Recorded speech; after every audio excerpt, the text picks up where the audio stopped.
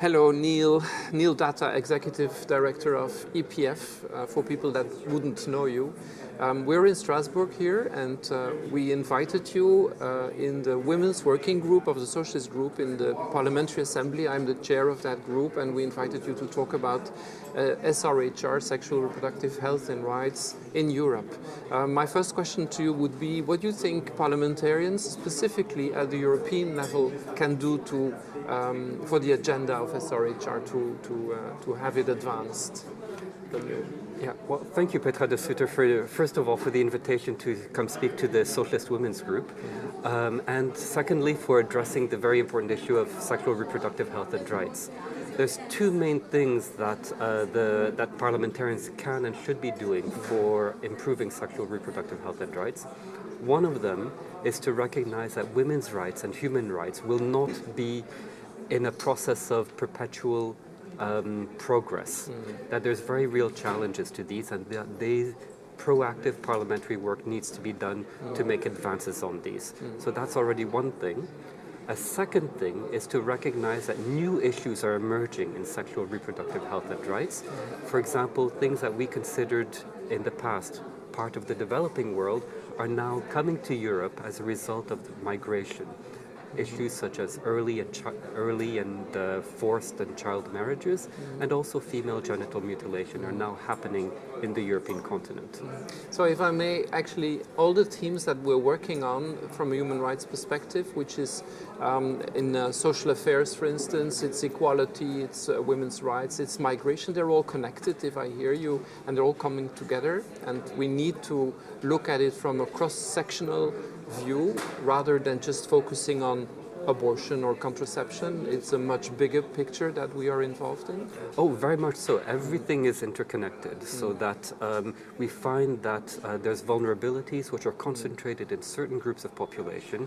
Usually the populations most at risk tend to be younger and women, those who are most disenfranchised from society, and that in there are concentrated a number of human rights challenges which revolve around very often sexual reproductive health and rights. And so one has to take a look at these issues from the perspective of the person rather than the perspective of the specific theme. Now, from the parliamentary viewpoint, if you would give us a top 3 of action points that we can do rather than being reactive and looking what's happening in Poland, abortion is under threat, so we want to act on that, but we need to be much more proactive than just reactive. That's our opinion. Give us your top 3 action points that we as parliamentarians here in the Council of Europe we could take up. Yeah, thank you. One of the top issues that can and should be addressed is that of contraception and family planning. The ability for women and all people to control their own fertility is the foundation of